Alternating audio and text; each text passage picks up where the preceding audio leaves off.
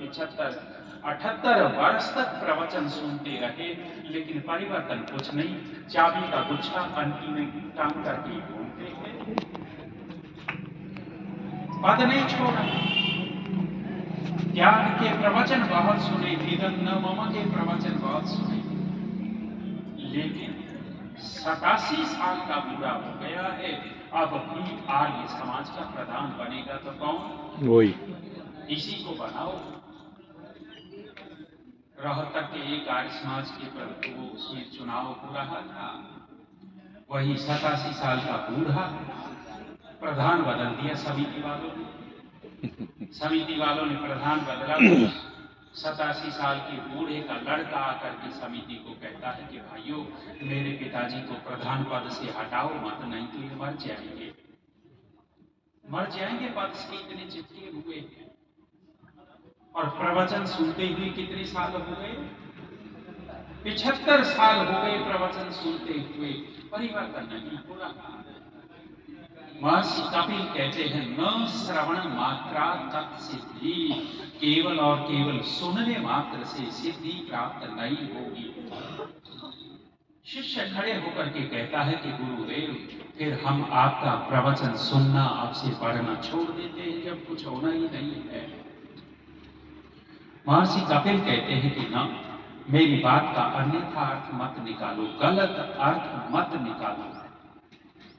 क्यों नहीं परिवर्तन होता, क्यों सिद्धि नहीं प्राप्त होती सुनने मात्र से? उसका कारण सुनो। महर्षि कपिल ने इसी सूत्र को और आगे बढ़ाया, आगे देखा।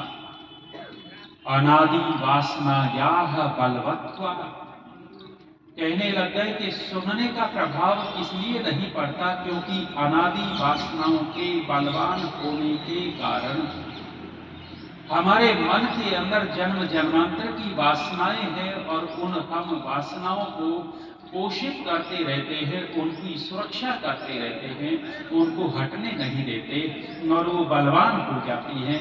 बलवान होने के कारण सुनने का प्रभाव नहीं पड़ता।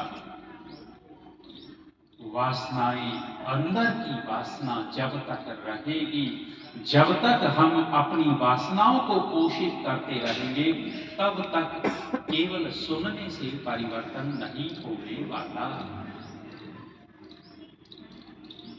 महात्मा विदुर को रात में बुलाया युधिष्ठिर को धृतराष्ट्र ने। धृतराष्ट्र को नींद नहीं आ रही थी, बेचैनी हो रही थी, करवटें बदल रहे थे और मन में उद्वेग बहुत था। जब मन में विचारों का आवेग हो तो नींद नहीं आती, नींद भाग जाती है। धृतराष्ट्र करवट बदल बदल करके रात काट रहे थे, नींद नहीं आ रही थी। दासी को कहा कि विदुर को बुला लाओ। विदुर ने भी सोचा कि इतनी रात में क्यों बुलाया है, कारण क्या होगा। विदुर जी गए, दुखड़ा रोया कि विदुर, मुझे नींद नहीं आ रही, मेरा तन बदन चल रहा है और मैं दुखी बहुत हूं। क्यों? क्योंकि संजय आधी अधूरी बात बता करके गया, पूरी बात नहीं बताई। उस समय महात्मा विदुर ने कहा कि महाराज, नींद किनको नहीं आती, वे व्यक्ति गिनाए और कहा था कि मैं दुखी बहुत हूं। तो महात्मा विदुर कहते हैं कि महाराज, संसार में 6 तरह के लोग दुखी होते हैं, 6 प्रकार के लोग दुखी होते हैं, आप उनमें तो नहीं आते। और विदुर जी ने कौन से दुखी लोग गिनाए? उपदेश करते हुए कहने लग गए कि धृतराष्ट्र, ईर्ष्यी घृणी स्वसंतुष्टः क्रोधनो नित्य शंकितः पर भाग्ये उपजीवी च सडेते नित्य दुखिताः।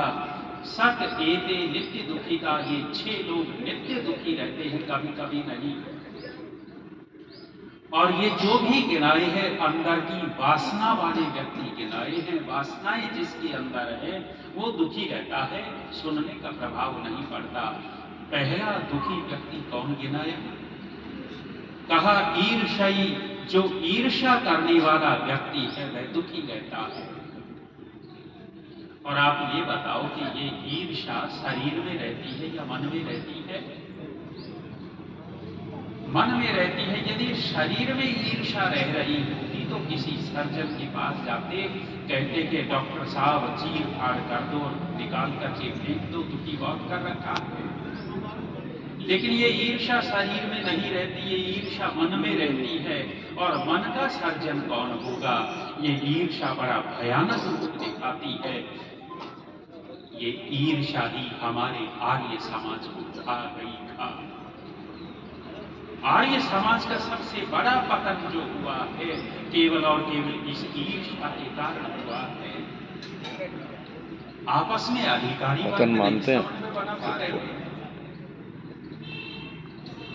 अच्छा काम करते थे, परिवर्तन हो गया, चुनाव हुआ, मंत्री प्रधान बदल गए, अब ये उनसे भी थोड़ा अच्छा काम कर रहे हैं, ज्यादा अच्छा काम कर रहे हैं। मेरे जैसे वक्ता ने बड़ाई कर दी तो पहले वाले उड़ गए, कि इनकी बड़ाई सुनने आते हैं, इनका नाम सुनने आते हैं। ये क्या है? ये ईर्षा है। और ये ईर्षा इतना भयानक रूप धारण कर लेती है कि जो सत्संग में आकर के फायदा लेना था वो आना ही छोड़ देते हैं कि इनकी बड़ाई नहीं सुनने आते हम। और धीरे धीरे आर्य समाज घटा या बढ़ा, घटते चले गए। ये ईर्षा खा गई आर्य समाज को। केवल अधिकारियों की बात नहीं करता, ये तो हमारे जैसे भी इसी कैटेगरी में आ गए। मंच पर बैठ करके घोषणा करता हूं कि यदि आर्य समाज का विद्वान एक हो जाए, सारे विद्वान इकट्ठा हो जाएं, तो दुनिया में इस संगठन का मुकाबला करने वाला कोई नहीं पैदा हुआ है। लेकिन इकट्ठा नहीं होते। हरियाणा में गांव में भैंसा छोड़ते थे, भैंसों के लिए भैंसा छोड़ते। और भैंसे की आदत क्या है कि दूसरे भैंसे को गांव में घुसने नहीं देगा। खुद ताकतवर होगा और दूसरा आएगा तो उसको भगा देगा, और आने वाला यदि ताकतवर हुआ तो उसको जो रह रहा उसको भगाएगा, रहेगा आगे। और हम कल्पना करके कहते हैं कि किसी गांव में 2 भैंसे इकट्ठा रह सकते हैं, लेकिन हमारे यहाँ 2 विद्वान इकट्ठा नहीं रह पा रहे। विडंबना इतनी बड़ी हो गई, इसलिए घटते चले गए। ईर्षा बड़ा भयानक परिणाम लेकर के आती है। और ये वासना है, ये वासना अंदर की है। आप उत्सव करवाइए, हम जैसों को बुलवाइए और बोलेंगे, हम प्रवचन करेंगे, अच्छी अच्छी बातें करेंगे, लेकिन जब तक ये ईर्षा का बीज बैठा है, मेरे को माइक नहीं मिला, ये मंत्री प्रधान बेकार, मेरे परिवार वालों को माइक नहीं मिला, मेरे परिवार वालों को समय नहीं दिया, ये बेकार। अरे कोई बात नहीं, आगे फिर उत्सव होंगे, फिर समय मिल जाएगा। लेकिन इतना गांठ बांध करके रख लेंगे, गांठ बांधेंगे और आपस में दूरियां बना लेंगे। ये ईर्षा नुकसान करती है, लाभ नहीं करेगी।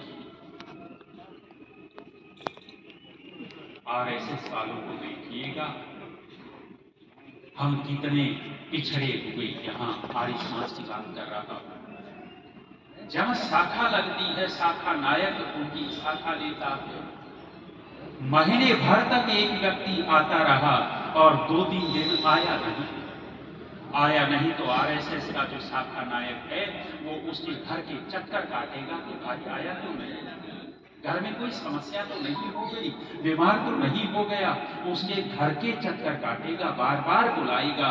और आर्य समाज में कोई व्यक्ति 5 साल से आ रहा था, अब 5 साल से आ रहा था तो कुछ दिन के लिए छोड़ दिया, 15 दिन महीना आया नहीं, तो आर्य समाज के अधिकारियों को कुछ महसूस होता है, याद आती है कि अरे इतने दिनों से आ रहा था, आ नहीं रहा। कभी गए घर पर मनाने के लिए? बढ़ोगे या घटोगे, कठोर लगेगा। ये ईर्षा खा गई खा। रामधारी सिंह दिनकर हुए, दिनकर जी ने लेख लिखा था, निबंध का शीर्षक रखा था, ईर्षा तूने गई मेरे मन से। ईर्षा तूने गई मेरे मन से। और उन्होंने ईर्षा का विश्लेषण किया, और कितना बढ़िया विश्लेषण किया है, पढ़िएगा।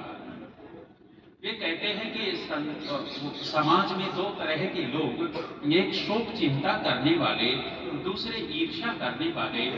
ईर्षा और शोक चिंता शरीर के ऊपर लगभग बराबर प्रभाव डालती है।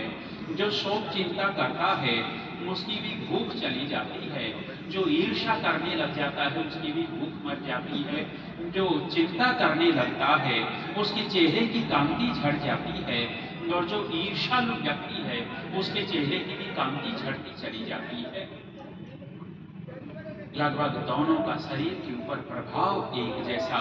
लेकिन वे कहते हैं कि जब चिंता करने वाला व्यक्ति समाज के लोगों से मिलता है तो समाज के लोग उसके ऊपर दया की दृष्टि रखते हैं, सोचते हैं बेचारा है, कोई इसको समस्या है, चिंता है, बेचारा, दया की दृष्टि। लेकिन ईर्ष्यालु व्यक्ति जब समाज में जाता है तो समाज के लोग देखते हैं कि आ गया चलती फिरती जहर की पोटली, जहां जाएगा जहर फैलाएगा। ईर्ष्यालु व्यक्ति जहरीला होता है, जहरीला। और वैसे इस ईर्ष्यालु व्यक्ति के चेहरे के ऊपर मुस्कुराहट नहीं आती, बुझा बुझा रहेगा। आप देखना, परीक्षण करना इसका, दुखी रहेगा। इस दुख को दूर करने के अनेक सारे उपाय हो सकते हैं। थोड़ा सा ध्यान कर लेवे, संध्या कर लेवे, उपासना कर लेवे, थोड़ा सा स्वाध्याय कर लेवे, थोड़ा सत्संग में चला जाए, थोड़ी कहीं सेवा परोपकार कर लेवे। ये उपाय इसको पसंद नहीं आते। एक उपाय इसको सबसे बढ़िया लगता है, पसंद आता है। दुख को दूर करने का कौन सा? ये जिससे ईर्ष्या करता है, किसी तीसरे के पास बैठ करके उसकी निंदा करेगा, ये निंदा करना उपाय इसको सबसे अच्छा लगता है। और जब निंदा करेगा तो ढंग ये होगा निंदा करने का कि दुनिया में इससे बड़ा उसका हितैषी कोई है ही नहीं। दिखाएगा ये कि मैं बहुत बड़ा हितैषी हूं। निंदा करेगा, चुगली करेगा, और दूसरा व्यक्ति सहयोगी हो जाए कि हाँ तू ठीक कहता है, ऐसा ही निकम्मा। तब इसके चेहरे के ऊपर मुस्कुराहट आने लगती है। वैसी हंसी नहीं आती जब निंदा करता है दूसरा सहयोगी होता है, चेहरे के ऊपर मुस्कुराहट आती है। और जब निंदा ढेर सारी हो गई, कभी कभी खिलखिला करके हंसता है। और जब खिलखिला करके हंसता है तो तीन तरह की हंसी होती है। वो तीन तरह की हंसी नहीं जो आजकल योगी लोग हंसते हैं पार्कों में।